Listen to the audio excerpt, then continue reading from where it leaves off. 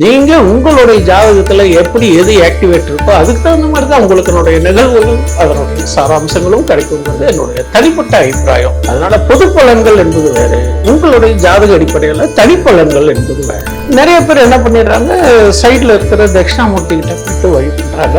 அது நான் எல்லாத்துக்கும் மேல we get only what we deserve. நமக்கு பகவான் என்ன எழுதியிருக்காரோ அதுதான் நடக்கும். இருந்தாலும் ஆலயங்கள் சென்று நம்ம முறையாக பிரார்த்தனைகளை செய்து சிந்தனையை திசை திருப்பறதுக்கோ மன நிம்மதியை மாற்றத்துக்கு தான் இருக்குமே தவிர அடிக்கடி போயிட்டு ஜாதகங்களை பார்க்கிறது. கட்டுமானத்தின் வலிமை, கட்டிடங்களின் பாதுகாப்பு. ஸ்ரீ துர்கா டிஎம்டி கம்பிகள். BVR garden signature living T Nagar இப்போ திருவள்ளூருக்கு வந்தாச்சு. Near D Mart on new bypass road, திருவள்ளூர் நகராட்சிக்குட்பட்டது. பிளாட் 20 லட்சம் முதல். கான்டாக்ட் 9955518814. பக்தி கஃபே நேயர்களுக்கு கோவை விஸ்வநாதனின் அன்பான வணக்கங்கள். ஓம் ஏகதந்தாய வித்மகே வக்ரதுண்டாய தீமகே தன்னோ தந்தி பிரஜோதியாத். ஆறுமுகம் அருளிடம் அனுதினம் ஏறுமுகம். இறைவன் கிருபையினால இறை வழிபாடு மற்றும் கிரகங்களுடைய தாக்கத்தை சரி பண்ண என்னென்ன மாதிரி சில யுக்திகள்லாம் இருக்குன்ட்டு ஆண்டோர்களும் சான்றோர்களும் சித்தர்களும் முன்னோர்களும் நமக்காக பாதை அமைச்சு கொடுத்துட்டு போயிருக்காங்க. இந்த இயந்திரமானமான உலகத்துல நமக்கு இதெல்லாம் கவனிக்கிறதுக்கு நேரம் இல்லாம ஏதாவது ஒரு பிரச்சனைன்னு வரும்போது மட்டும்தான் அடாடா இந்த பிரச்சனைன்னு சொல்லிவிட்டு அப்போதைக்கு போய் நம்ம அஸ்ட்ராலஜரை போய் தேடுறோம், அவர்கிட்ட போய் கேட்கிறோம். அதனால சும்மாவும் நம்ம ஜாதகத்தை போய் எடுத்துட்டு போய் அஸ்ட்ராலஜர்கிட்ட கேட்க கூடாது. வாழ்க்கையில ஜாதகம் பார்க்கணும் அப்படிங்கிறதுக்குன்னு சில சூழ்நிலைகள் சந்தர்ப்பங்கள் இருக்கு. ஒரு குழந்தை பிறந்த உடனே 1 இயர் கழிச்சுதான் அதுக்கு குறிப்பு கொடுத்து நல்ல அஸ்ட்ராலஜர்கிட்ட கொடுத்து ஜாதகம் எழுதணும். அடுத்தது பையனோ பொண்ணோ படிப்புக்கு ஜாதகம் பார்க்கணும். அடுத்து பெண் குழந்தையா இருந்தா அது ருது ஜாதகத்தை பார்க்கணும். இதுக்கு அப்புறம் எப்ப பார்க்கணும், திருமணத்துக்கு பார்க்கணும். நமக்கு மனசு சரியில்லை, வீட்டுல சரியில்லை, கான்ட்ரோவர்சியஸ் இருக்குன்னா உடனே என்னங்க எங்க மனைவி சும்மா சல்லுன்னு பேசிக்கிட்டு இருக்கா, எனக்கு இப்படியாதாங்க, நிம்மதி இல்லையா, பிரச்சனை இல்லைன்னா போய் அஸ்ட்ராலஜர்கிட்ட ஜாதகத்தை கேட்டுட்டு அடிக்கடி போய் கேட்கறதுங்கிறது நமக்கு ஒன்றும் சிந்தனையை திசை திருப்பறதுக்கோ மன நிம்மதியை மாற்றத்துக்கு தான் இருக்குமே தவிர அடிக்கடி போயிட்டு ஜாதகங்களை பார்க்கறது. அதே மாதிரி திருமணத்துக்கு பொருத்தம் பார்க்கறதுக்கு ஜாதகத்தை எடுக்கணும். ஒரு வேலை வாய்ப்புக்கு பார்க்கணுங்கிறது என்னுடைய கருத்து. ஜெனரலா இப்போ டிவி எல்லாம் பாத்தீங்கன்னாக்கா காலையில 6 மணிலிருந்து 8 மணி வரையும் பாத்தீங்கன்னாக்கா இன்றைய ராசி பலன் பொது பலன்கள். கடகராசி நேயர்களே, உங்களுக்கு அமோகமான பண வரவு. சரி ரைட்டு, நான் 70 வயசு, நான் கடகராசியா இருக்கேன்னு வச்சுக்கோங்களேன், எனக்கு எங்க பணம் வரும், நானே ரிட்டையர்மெண்ட். இதெல்லாம் பொதுவான பலன்கள். அவங்களுக்கு தசாபத்தி ஜாதகம் எப்படி இருக்கோ, கிரக பலன்கள் எப்படி இருக்கோ அதுக்கு தகுந்த மாதிரி வரும். நான் அதனால அதை மாறுபட்ட கருத்துல சொல்லல, கிரகங்கள் அடிப்படையில இன்னைக்கு எப்படி இருக்கலாம்ங்கிற ஒரு கணிப்புல சொல்றாங்க. ஆனா உங்களுக்கு தனிப்பட்ட முறையில நீங்க உங்களுடைய ஜாதகத்துல எப்படி எது ஆக்டிவேட் இருக்கோ அதுக்கு தகுந்த மாதிரி தான் உங்களுக்கு நிகழ்வுகள் அதனுடைய சாராம்சங்களும் கிடைக்குங்கிறது என்னுடைய தனிப்பட்ட அபிப்பிராயம். அதனால பொது பலன்கள் என்பது வேறு, உங்களுடைய ஜாதக அடிப்படையில தனிப்பலன்கள் என்பது வேறு. அப்போ நீங்க அஸ்ட்ராலஜி கொடுக்கிற போது உங்களுடைய வழிபாட்டு முறைகள் என்ன இருக்கணும், எந்த ஆலயத்துக்கு போகணும், உங்களுடைய கிரகத்துல ஜாதக ரீதியா உங்களுக்கு என்ன கிரகங்கள் வீக்கா இருக்கு, சரி வீக்கா இருக்குன்னா அதுக்கு ஆக்டிவேட் பண்ணணும் இல்லையா, டாப் அப் பண்றோம் இல்லையா. இப்போ ஒரு செல்லுல அந்த டைம் முடிஞ்ச உடனே கொஞ்சம் வீக் ஆன உடனே நம்ம டாப் அப் பண்ற மாதிரி தான் இதுலயும் எல்லாமே அதுல இருந்து தான் இது வந்திருக்கு. அப்ப இது மாதிரி பண்ற போது ஒரு உதாரணத்துக்கு சொல்றேன் பாருங்களேன், உங்களுக்கு சுக்கிரனுடைய பலம் கம்மியா இருக்குன்ட்டு ஒரு அஸ்ட்ராலஜர் சொல்றாங்க. அதுக்கு அவங்க வழிகாட்டலும் சொல்லுவாங்க. அந்த வழிகாட்டல் சொல்ற மாதிரி நீங்க கரெக்டா அந்த ஆலயத்துக்கு சென்று முறையான அதுக்கு பிரார்த்தனை செய்யணும். பிரார்த்தனை என்பது வேறு, பரிகாரம் என்பது வேறு.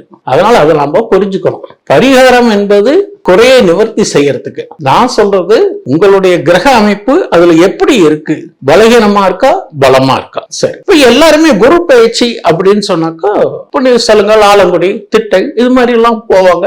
எல்லாருமே போறதுதான், நானும் போயிருக்கேன். அப்போ அதுக்கான வழிபாடுகள் இந்த குரு பயிற்சிங்கிறது குறைந்தது ஒரு 12 மாதம் அல்லது 1 இயர் சில மாதங்களுக்கு இருக்குங்கிறது உங்களுக்கு எல்லாம் தெரிஞ்சதுதான். அப்ப நம்ம போற போது நீங்க அதுக்கு உண்டான வழிவகைகளை தேர்ந்தெடுத்துட்டு போய் பார்க்கணும். இது ஒரு பொதுவாக தட்சிணாமூர்த்தி வழிபாடுங்கிறது ஒரு மேதா குரு. அவர் இறைவனுக்கே அருள் சொன்னவர், இறைவனுக்கே பாடம் சொன்னவர், எல்லாத்துக்கும் வழிகாட்டாது மேதா தட்சிணாமூர்த்தி. ஆனா நம்ம ஒரு ஜாதகத்துல குரு வீக்கா இருக்குன்னு சொல்லி ஒரு அஸ்ட்ராலஜர் சொல்லி அதுக்கு பரிகாரங்கள் சொல்றாரு, இந்த இடத்துக்கு போங்க, இந்த பிரார்த்தனைகள் செய்யுங்க அப்படின்னு சொல்றாரு. நாம என்ன பண்றோங்க, நேரா அங்க போறோம், ஒரு ஆலங்குடி போறோம் அல்லது திட்டை போறோம் இல்ல ஏதோ ஒரு புண்ணிய ஸ்தலத்துக்கு போயிட்டு அவர் சொல்ற இடத்துக்கு போயிட்டு பண்ற போது நம்ம கோயம்புத்தூர்ல இருந்தோ மதுரையில இருந்தோ சென்னையில இருந்தோ ட்ரெயின் பிடிச்சு போறோம். அந்த குறிப்பிட்ட நேரத்துல போயிட்டு நம்ம அது பரிகாரங்கிறத விட பிரார்த்தனையை செய்யறோம். அப்ப அது செய்யற போது பாருங்க, நம்ம செஞ்சு ஒரு 9-9:30 வேலை முடிஞ்சிடும்.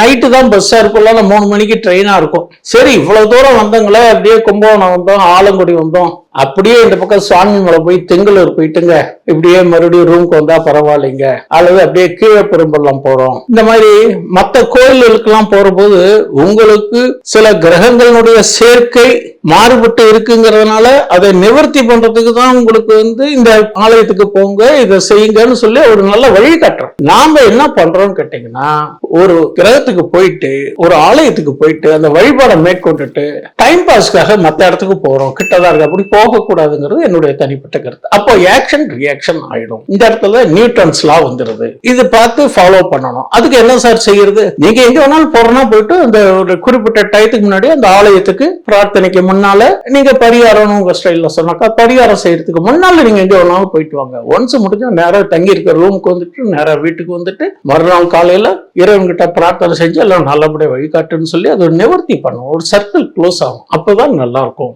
ஆலயங்கள் கிரகங்கள் எல்லாம் ஒண்ணுக்குன்னு சம்மந்தப்பட்டதுனாலதான் நம்ம வாழ்வியல்ல நம்மளை சுத்தி இருக்கிற electro magnetic rays, cosmic rays, சன்ல இருந்து வரக்கூடிய ரேஸ், மற்ற கிரகங்கள் பரமாரி தான் நமக்கும் அதனுடைய தாக்கங்கள் ஏற்படுத்துறதுன்னு உங்களுக்கு எல்லாம் தெரிஞ்சதுதான். பட் நம்மளோட வழிபாட்டு முறைகளை கொஞ்சம் ஒரு ரெகுலேட் பண்ணணும், ஒரு டிசிப்ளின் இருக்கணுங்கிறதுக்காக இந்த விஷயத்த சொல்றேன். அதே மாதிரி குரு பயிற்சி அப்படின்ன போது உங்களுக்கு ஜாதகத்துல சார் ஒரு கல்யாணத்துக்கு குரு பலன் வரல, குருவுக்கு போய் பிரீத்தி பண்ணுங்கன்னா நவகிரகத்தில் இருக்கிற குருவுக்கு போயிட்டு நீங்க அர்ச்சனை செஞ்சு அதுக்கு வழிபாடு பண்ணி மஞ்சள் வஸ்திரம் சாத்தி இல்ல மஞ்சள் புஷ்பம் கொடுத்து கொண்டைக்கலை மாலையை போட்டு உங்களுக்கு அர்ச்சனை பண்ணி பிரார்த்தனை பண்ணிட்டு வரணும். நிறைய பேர் என்ன பண்ணிடுறாங்க, சைட்ல இருக்கிற தட்சிணாமூர்த்தி கிட்ட போயிட்டு வழி பண்றாங்க.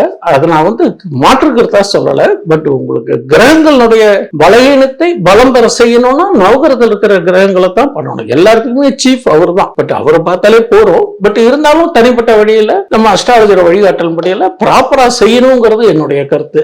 அதே மாதிரி வீட்டுல பாத்தீங்கன்னாக்கா இந்த செடி வைக்காதீங்க, அந்த மரம் வைக்காதீங்க, இதெல்லாம் சொன்னா அதெல்லாம் சொல்றாங்க. பட் நம்ம நிறைய கேள்விப்பட்டிருக்கோம். இப்போ ஒரு வீட்டுல பாத்தீங்கன்னா பல மரம் வைக்க கூடாது, மாமரம் வைக்க கூடாது அப்படின்லாம் சொல்றாங்க. நம்ம நிறைய கேள்விப்பட்டிருக்கோம். இப்ப பக்கத்துல கேரளால போய் பாருங்க, எல்லார் வீட்லயும் பலாமரம் இருக்கு, மாமரம் இருக்கு. அதெல்லாம் அவங்களுடைய மனதுதான் காரணங்கிறது என்னுடைய தனிப்பட்ட கருத்து. எல்லாத்துக்கும் மேல we get only what we deserve. நமக்கு பகவான் என்ன எழுதியிருக்காரோ அதான் நடக்கும். இருந்தாலும் ஆலயங்கள் சென்று நம்ம மரியாதை பிரார்த்தனைகளை செய்து அவ்வப்பொழுது தேவையான பொழுது நம்ம மேல சொன்ன மாதிரி உரிய கால நேரத்துல அஸ்ட்ராலஜர்ட்டை அப்ரோச் பண்ணி கிரகங்களுடைய இப்ப வலிமை எப்படி இருக்கு அதுக்கு பார்த்துதான் செய்யணும். ஒரு வீடு கட்டணும், ஒரு வாஸ்து பார்க்கணும், வாஸ்து அமைப்படி அந்த இடம் இருக்கா. அதே மாதிரி வடகிழக்கு மூலை, தென்கிழக்கு மூலை, தென்மேற்கு, வடமேற்கு, ஒரு வாசல் எப்படி வைக்கணும், ஒரு போர்வெல் போறதுக்கு என்ன டைம் இருக்கு. போர்வெல்னா உங்களுக்கு நீருக்கு சந்திரன், வடகிழக்கு மூலை அது என்னைக்கு போடணும், அந்த சந்திரஹோரை அல்லது சந்திரனுக்குரிய நாள், வளர்பிறை, இந்த மாதிரி டைட்டில் அஸ்ட்ராலஜர் கிட்ட அவங்களே சொல்லுவாங்க. இது மாதிரி பார்த்து பண்றதெல்லாம் உங்களுக்கு ஒரு சக்சஸ் ஆகிறதுக்கான வாய்ப்புகள் இருக்குங்கிறது என்னுடைய ஒரு தனிப்பட்ட அபிப்பிராயம். இதுல கருத்துக்கள் என்ன கேட்டீங்கன்னா,